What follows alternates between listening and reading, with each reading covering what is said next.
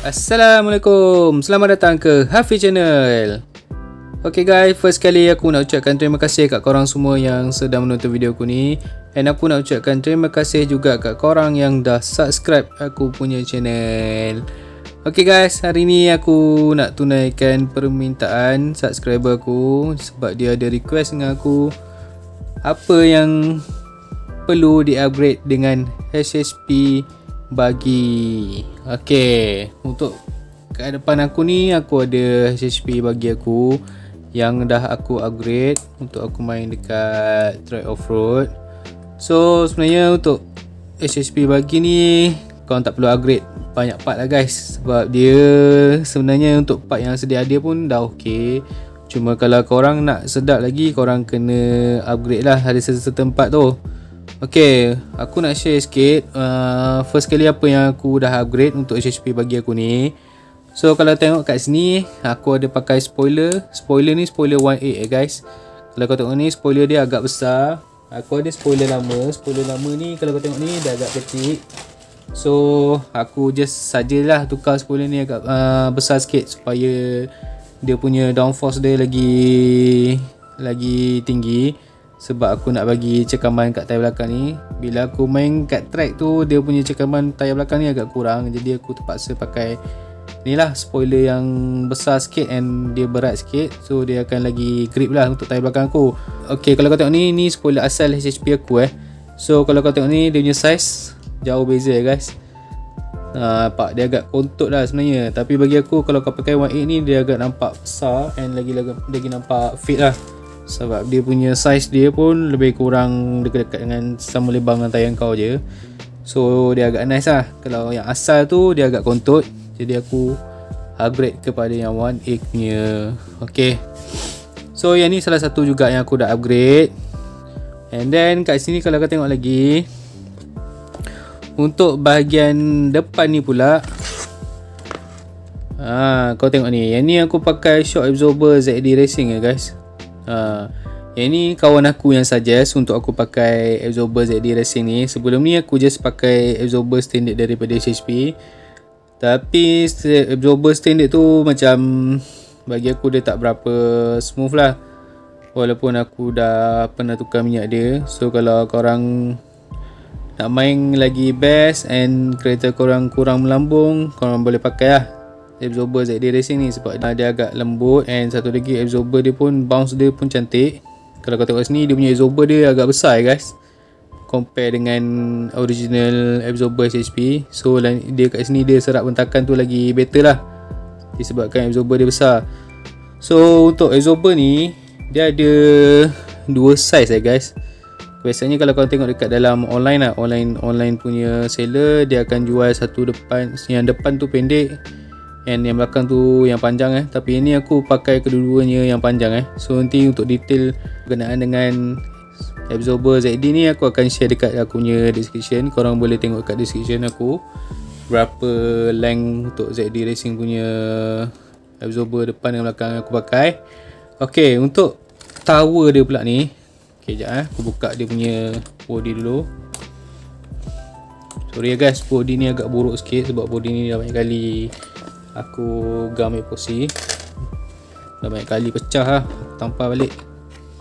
Okay. So kalau kau tengok kat sini, aku dah upgrade dia punya tower guys. Tower asal dia ni, kalau ikutkan tower ni dia lebih kurang macam yang asal punya, cuma dia agak tebal dekat bahagian atas ni. Kalau tower shock untuk yang original HSP tu dia agak nipis guys. Kalau korang accident ataupun korang salah landing, bila kereta korang terbalik and terkena bahagian ni, dia akan jadi bengkok guys. Dia akan mudah bengkok and body shell korang pun boleh pecah disebabkan yang mount kau punya body post ni dekat korang punya shock tower ni So kalau shock tower korang masuk ke dalam, dia akan rosakkan kau punya body shell Ok, yang ni aku tukar kepada yang tebal. Kalau kau tengok sini, dia macam ada dua layer Kalau kau tengok tu, dia macam ada dua layer kan, dia tebal. So yang ni dia lagi better sebenarnya, dia lagi keras. Jadi tak ada isu lah untuk dia senang bengkok ke apa.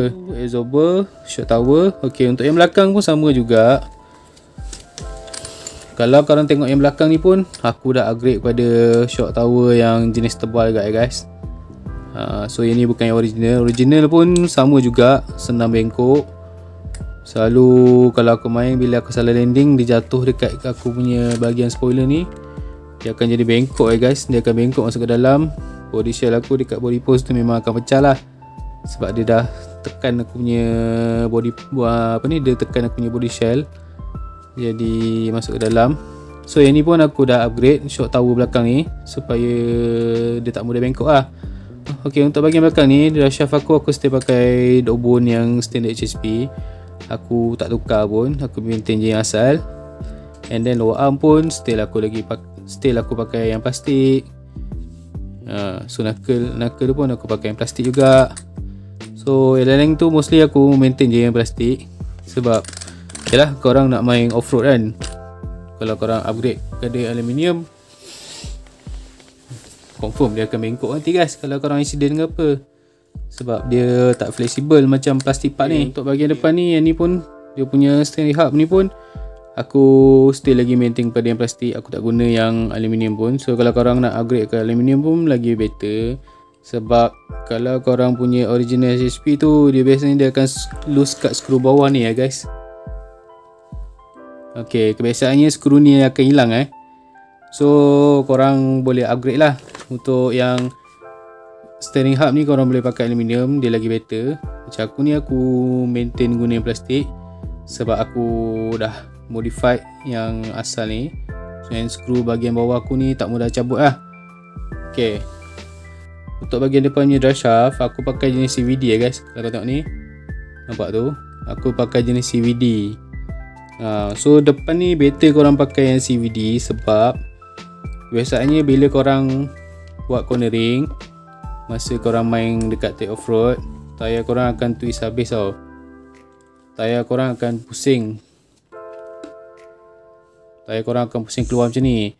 So untuk dog bone tu keluar memang agak tinggi, jadi korang better upgrade kepada yang CVD lah, supaya tak ada isu dog bone hilang ke time main tu ke. So korang upgrade siap-siap dia yang depan ni pakai yang CVD. Ok, untuk yang bahagian elektronik ni pula, elektronik ni aku kekalkan elektronik yang asal.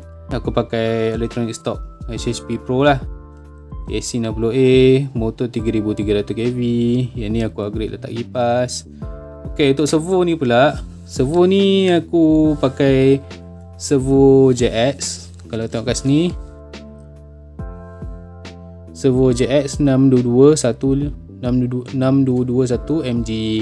So servo ni dia kalau ikutkan spek dia untuk yang 20 kg lah. Ok, yang ni servo ni dia punya respon dia agak slow sikit guys, di dalam 0.17 second. Aku suggest untuk korang cari servo yang respon dia lagi cepat, sebab bila korang nak buat cornering tu, dia kena respon yang cepat guys. Sebab kalau korang punya respon lambat, biasanya kereta korang akan jadi overshoot lah, ataupun korang terlajak lah untuk korang buat cornering tu. Macam ni kalau aku main, aku biasanya aku akan buat cornering awal lah, untuk mengelakkan daripada kereta aku terlajak sebab corner tu apa. So aku terpaksa masuk cornering awal supaya kereta aku tak berlanggar. Ok, untuk yang lain-lain tu aku maintain je guys. Cuma kat sini aku ada tambah satu lagi benda. Kalau kau tengok ni, aku ada pasang sway bar ni. Sway bar ni pun sebenarnya aku tak test lagi atas track, aku baru je pasang. So aku tak tahu sway bar ni sebenarnya function dia macam mana, better atau tak better. Sebab aku tahu sway bar ni kalau ada, kereta korang lagi stable time cornering dia pun lagi stable, sebab dia support untuk bahagian lower arm korang ni. Kalau tidak, korang punya lower arm ni dia boleh tertwist juga guys, sebab korang hanya ada absorber bahagian depan tapi di belakang tak ada. So mostly dia punya pressure untuk absorber ni hanya di depan, tapi yang belakang ni dia boleh tertwist. So bila ada sway bar ni, dia akan support guys untuk korang punya lower arm ni. So untuk belakang pun sama juga, aku ada pakai sway bar agak. Yang ni sway bar ni aku lupa nak beritahu. Sway bar ni aku pakai yang sway bar untuk model 18 So dia sebenarnya kalau ikutkan Swebar ni korang boleh terus plug and play je, tak ada issue pun. Aku terus je pakai. Cuma ni lah, untuk bahagian depan ni aku rasa dia agak rapat dengan korang punya steering linkage. So better korang potong ataupun korang biar macam ni lah. Macam ni aku rasa tak, nanti mungkin aku akan potong lah dia punya lebihan besi ni, sebab dia mengganggu aku punya steering linkage ni bila aku nak buat cornering. So nanti aku akan potong. So aku rasa setakat tu je guys perkongsian aku berkenaan dengan apa yang aku dah upgrade kat kereta aku ni. So korang boleh cuba try apply dekat kereta korang, and korang boleh tengok dia punya result macam mana. So far bagi aku untuk setup ni aku rasa aku dah cukup puas hati dengan ni lah, dengan standard kit HHP ni. Sepanjang aku main ni kira aku rasa smooth lah dari segi permainan tu berbanding dengan yang sebelum ni. So yang ni lagi better. Jadi kalau korang mana yang nak follow cara aku ni, korang boleh follow, ataupun korang nak advice dekat komen aku pun boleh. Korang boleh share juga ke ilmu yang korang ada berkenaan dengan korang punya HHP bagi. So kita boleh tambah lagi lah ilmu.